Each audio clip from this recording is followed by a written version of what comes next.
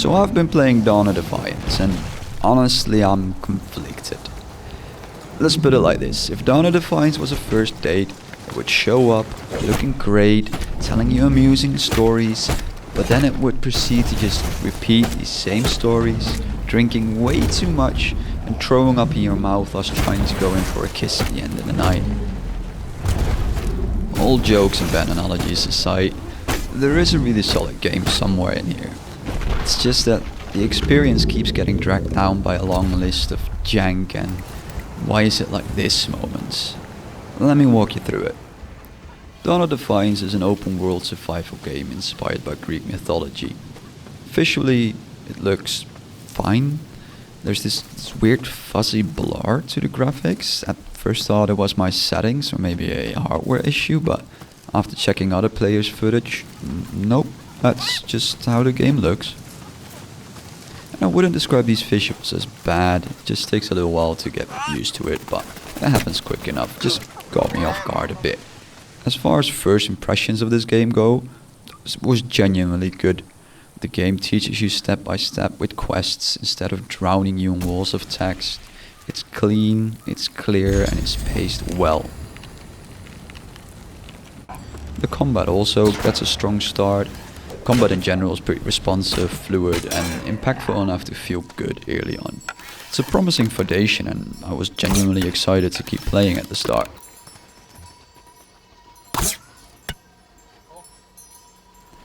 Whilst these introductory quests and combat were off to a good start, the movement and controls were not. Your character sort of looks like they're running on ice. There's no friction, no weight to it. You kind of just glide over the ground instead of actually stepping on it and connecting with it. It doesn't break the game, but it definitely breaks the immersion. Although the game does have a fix for this, and it's, well, let me just show you.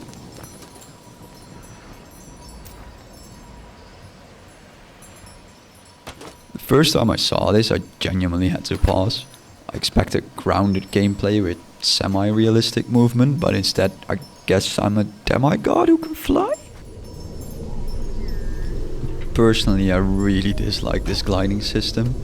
Not for how it's executed, but for how it trivializes all of the content on the ground. If I can fly, why would I walk?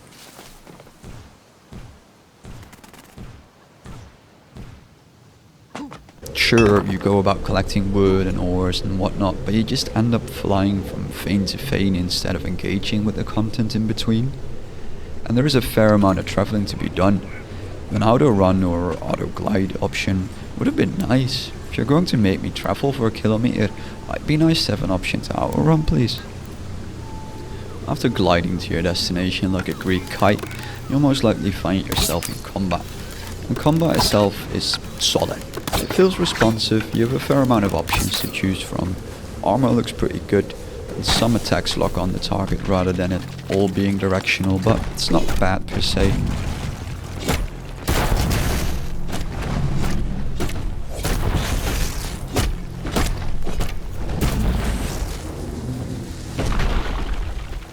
Something that I did find frustrating, however, is the equipment degradation system. I found that equipment, and especially weapons and gathering tools, broke way too quick. Now, this wouldn't be the worst thing, but there's no warning when they are about to break, so often it'll just leave you with a broken weapon halfway through combat. And opening your inventory to repair your equipment puts you in this awkward menu where your character just stands still, so doing this during combat isn't a realistic option either. A big part of the game are its puzzles. These make you use different tools, weapons and skills, which is awesome. I appreciate it when games push you to engage with multiple systems. And seeing these puzzles get more challenging and having to do them during combat encounters was a lot of fun and felt rewarding to complete. And I think this is where the game can really set itself apart. Right now there isn't much variation in the puzzles, it's pretty much just the same two puzzles in different settings, but there is a lot of potential here. They keep working on this and expanding on it.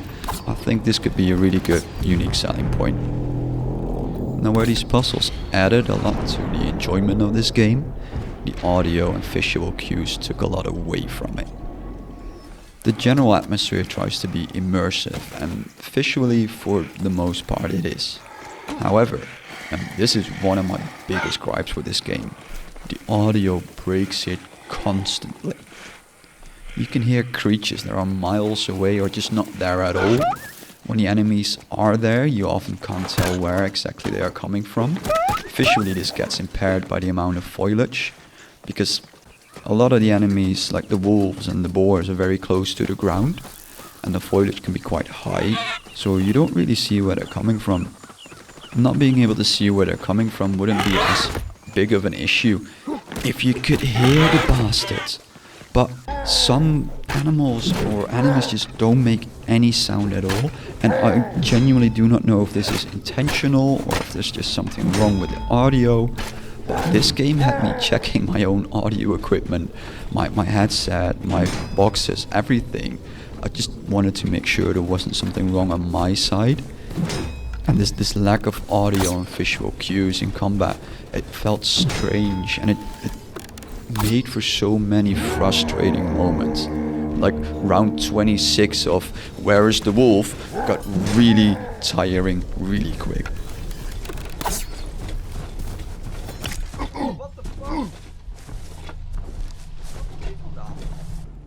Outside of combat lacking certain visual clues, the boss fights did look impressive for the most part. They all have their own mechanic to it as well, making them interesting. Visually, some transitions did look striking.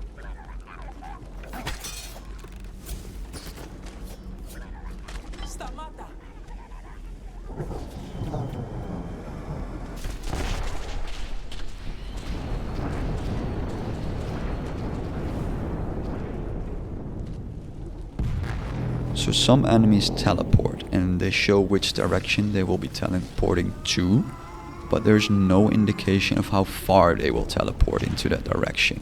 So it could be 10 meters, but could also be 100, which obviously is a huge difference. This combined with quick attacks after teleporting that you absolutely want to be dodging on bosses can make for very annoying encounters where you're just sort of guessing where the boss will end up and hope you have enough time to dodge the big ass fireball coming your way.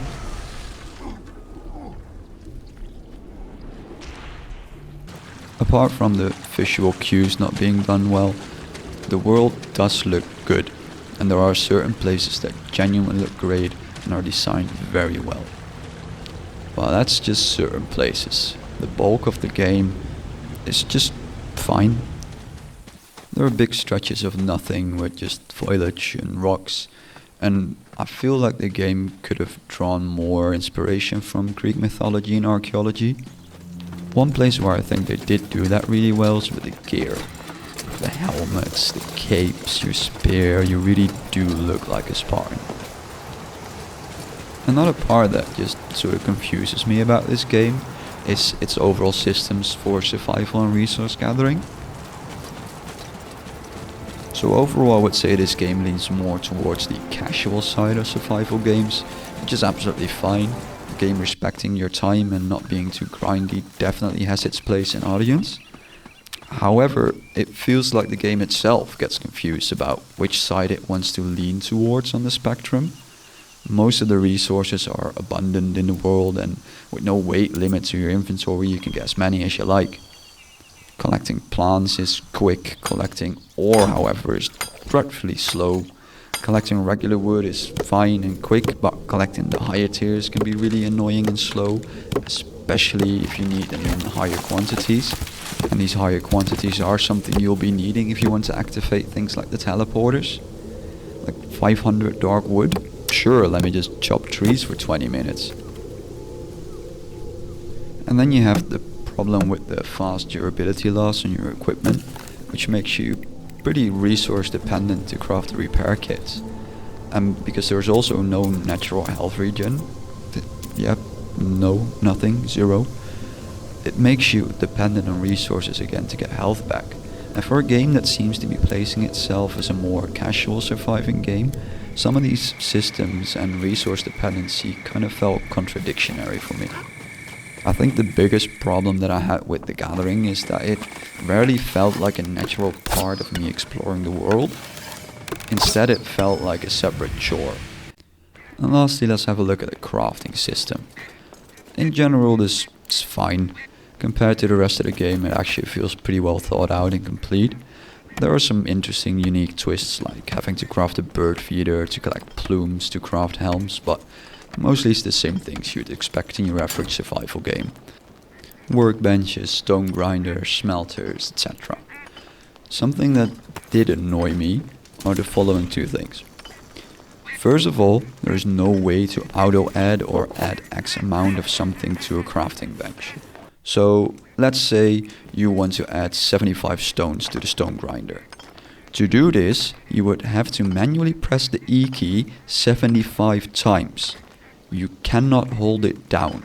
You have to do 75 separate presses of the E key. And in a game where you're often wanting to craft hundreds of something, having to press the key down every single time, it's incredibly annoying. But the second thing that annoyed me a lot is there is no option to destroy unwanted items until you craft a salvaging bench, which is like a mid-game workbench. So until you have this, you just drop your items, but they don't disappear. So the overworld is just littered with random items that you drop. So with all that being said, let's step back and look at the strengths and weaknesses of Dawn of Defiance.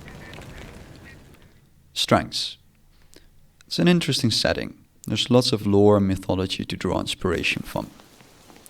Combat feels fluid. Its crafting system feels pretty complete. The tutorial in early game is well done. Gear looks good. The puzzles are a unique mechanic with a lot of potential. As for its weaknesses, the game is short. Right now you can complete the main storyline in about 10 hours of gameplay. You can push out another 5 or 10 hours if you want to, craft all the best weapons and collect all the best gathering tools and stuff like that, but even at 20 hours, it is short. The gliding system, huge letdown for me. I do not understand it. Why is this in here? Why can I fly? Durability on weapons and gathering tools, way too short and give me a warning before they break. I feel like the game has a identity crisis. Does it want to be casual friendly or not? Audio cues and visual cues. No words for this. RSI, please let me hold down the E key while crafting, please. Gathering just feels boring. It doesn't feel like a part of your journey. It feels like a separate chore. Progress and updates in the game have been slow. It's been out about half a year longer than OSR's Dragon Wilds and has about half of the gameplay of that game. And the main criticism of Dragon Wilds is that it has very little gameplay and is short. So this game being half that is staggering. And with those strengths and weaknesses in mind, let's go to our final verdict. I think the best way that I can summarize Dawn of Defiance is that it's a promising survival game wrapped in a blanket of small but consistent frustrations. There's potential here, but the lack of polish drags down the experience, especially when movement, audio, UI and basic quality of life things just feel unfinished. I want to like this game, and in the first 2 hours I was genuinely excited and filled with hope. And sometimes I do like this game, but more often than not it feels like the game's fighting me. If they manage to clean up the movement, fix the audio and visual cues, polish the jank and just add basic quality of life changes, this could become something great. But right now, it's a rough, uneven experience with flashes of brilliance buried under jank. I would not recommend this in its current state. Well, I think that's quite enough out of me. I've been Mojo, and as always, I've very much enjoyed being on your second screen or phone. If you enjoyed the video, and there are others like this on my channel, feel free to check those out.